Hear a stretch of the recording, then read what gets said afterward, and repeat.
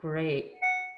Well, thank you so much, Dennis. I'm so excited to have this conversation with you for our Speaker Secrets. I'm, of course, Tara Clancy, the current president of NSA-Connecticut, and I'm really excited to learn about you, Dennis, Dennis Golden. So why don't you go ahead and tell us about yourself? Oh, good Lord in heaven, where do I begin?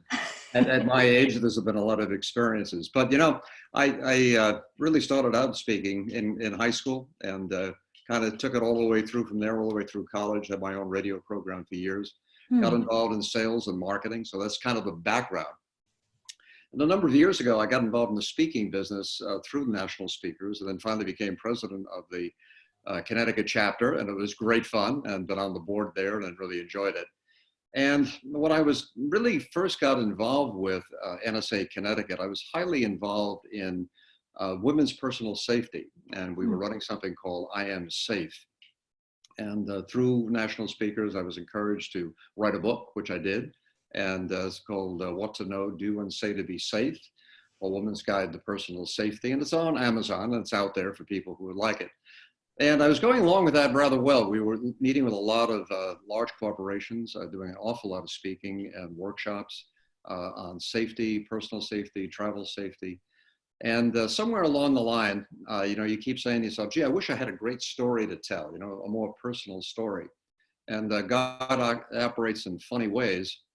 And God gave me a chance to do that by finding that I had a diagnosis of rather aggressive prostate cancer. Wow. And so that sort of threw a little bit of a monkey wrench in the works. Sure. And I started thinking a little bit about, well, is there a way I can use my speaking background? And I started to do some research and discovered that probably, I would say 90% of women understand what to look for breast cancer, but you have less than 30 to 40% of men even know they have a prostate.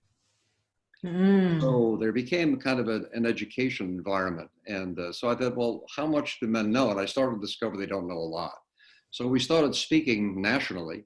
In fact, I was out in San Francisco speaking to about 1,000 oncology nurses. And one of the questions I asked while I was speaking was, can you guys tell me when Breast Cancer Awareness Month is? And every hand in the room went up.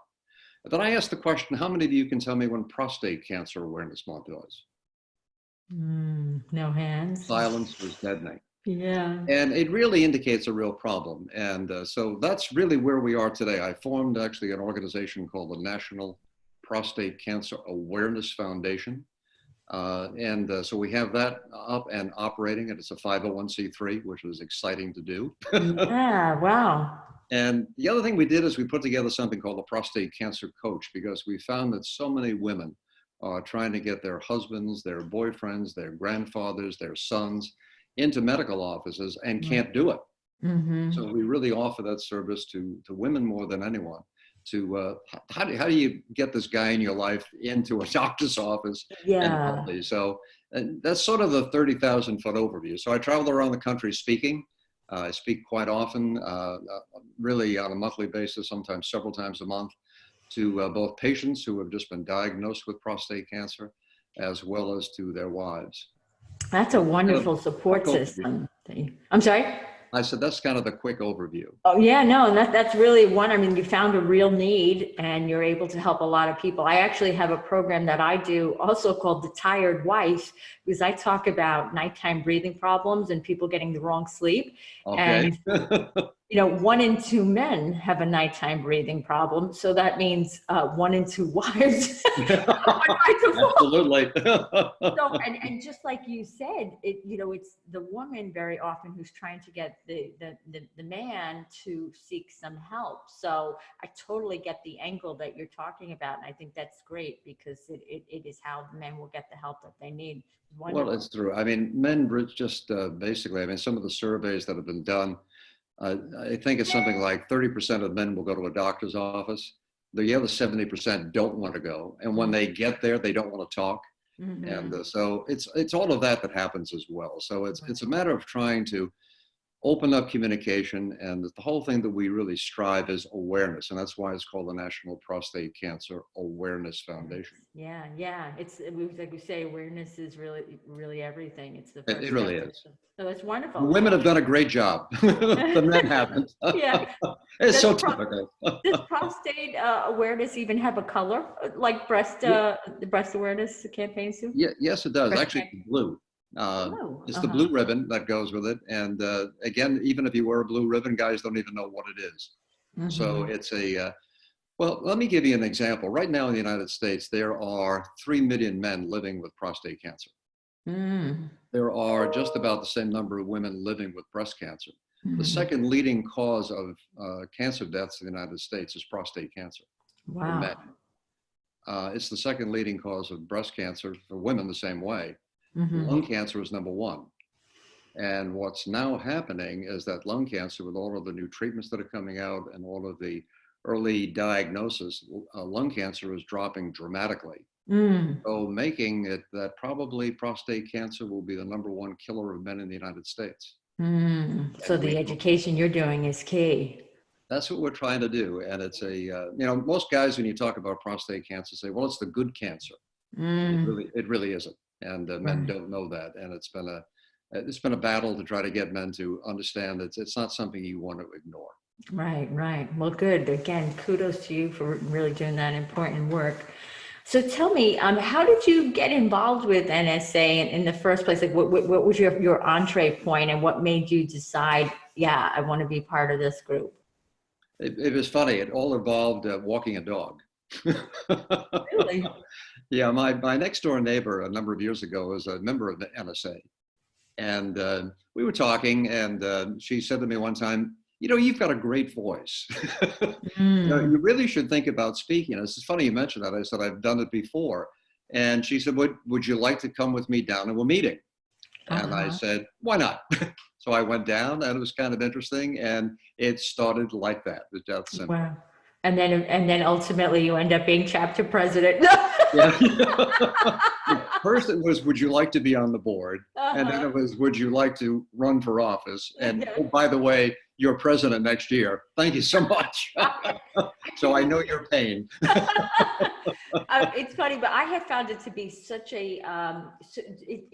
in and of itself, serving as the president has brought so much value to me, because it has given me an opportunity to like authentically approach people about different things that I wouldn't necessarily have an authentic avenue to approach them with otherwise. So it's the old membership has its privileges idea. Oh, yes, it does. I mean, it definitely has its responsibilities, but it has been a tremendous benefit to me as well.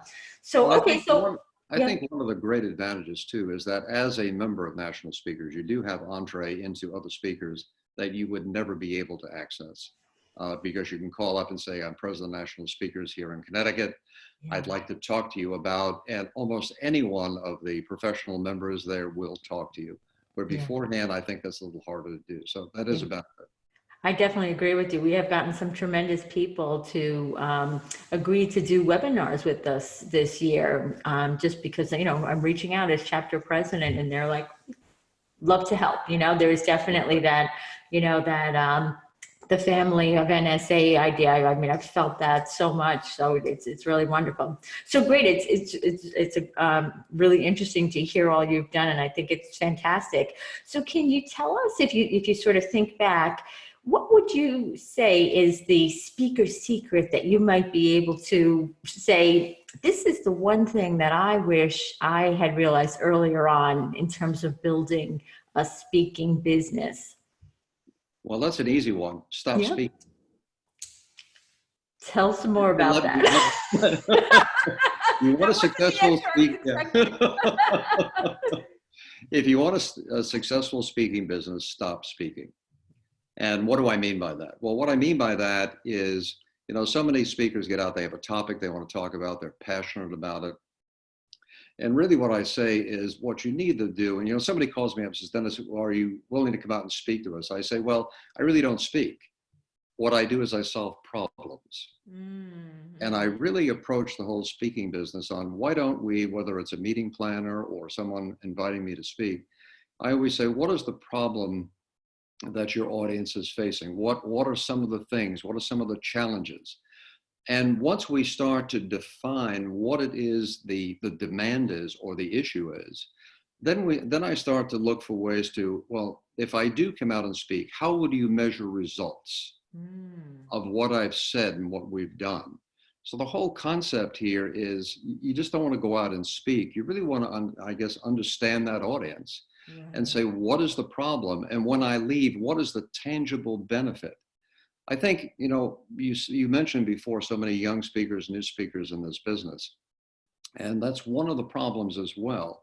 The speaking business has become commoditized over the last several years. And the reason for that is that you have a lot of ex-business people, marketing people, corporate downsizings. And a lot of people have decided, gee, the speaking business is a great way to go. And you're even getting today into something called crowdsourcing for speakers. I'm not familiar with that, but it's happening. But yeah. And so people are getting out and saying to groups of people, well, what do you want to hear? Well, it's not a matter of saying, here I am as a speaker. It's a matter of trying to find out what that need is. So that would be the first thing I would say. Stop speaking and start listening to what the problems are, identifying them, and delve deeper into what value do I provide. I think every meeting organizer meeting planner I talk to is looking for what value, what tangible value can you supply me with after you speak? That's that makes sense?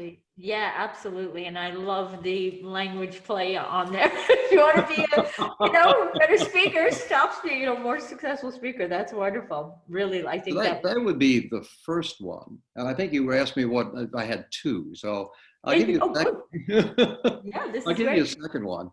And it really is, when I talk about it, I really say, find your audience. And what I mean by that is, again, it's going back to a couple of things. It's going back to what is the pain in that individual audience. The other is, do they have the money? So many times, and so many people will say, well, will you speak? And oh, by the way, would you speak for free? And the answer is no.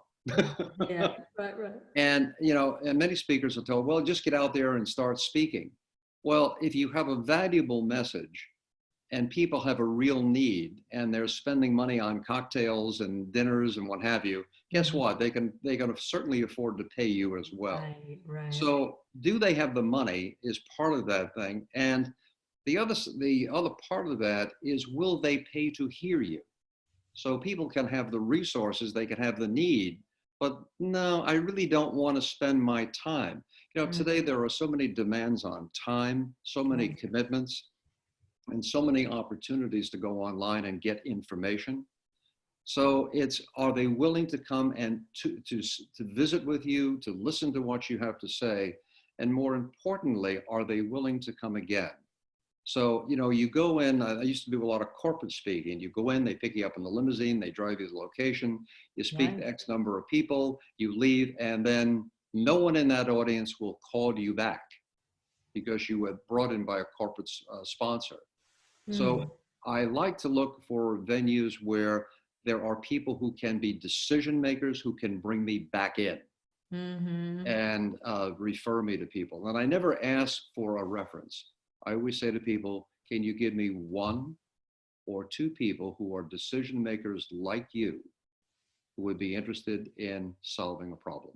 Interesting. So making it more of a sort of direct, like you would reach out directly rather than having them refer you. Exactly. Yeah, that's actually a great idea. Definitely. And it's interesting that you mentioned the idea about having the money to actually be able to bring you in. I've had to make a shift in my own business because of that. I found that the audience that I really want to serve doesn't really have the money to be able to bring me in. So I'm instead going for the corporate milieu instead. And what I plan to do is to go back to my original audience through more of a charitable sort of organization, like a, sort of as you were describing, to be able to go in and still be able to work with that. It's kids. I want to work with kids. I want to get this message of mine out to kids, but daycare centers and young kind of institutions that care for young people don't have the same kind of resources that a corporation would. So I have to go to the corporation, and then I'll be able to do the rest more charitably. But you are absolutely right. It took me a while to kind of realize that, of like, I need to shift, even though this is my desired audience of who I want to help. I'll have to get to them in another way. So I kind of want to eat along the way. Little things like that make a difference. Nasty habit we all have to break. Exactly. Well, wow, this is really great. Thank you so much, Dennis. I really appreciate you sharing all of your background, everything, all the great work you're doing. And I love the speaker secrets that you shared. I really think they will benefit our community at NSA-CT tremendously. I wish you all the best. Yeah, I wish you all the best in everything you're doing through your NPCA Foundation.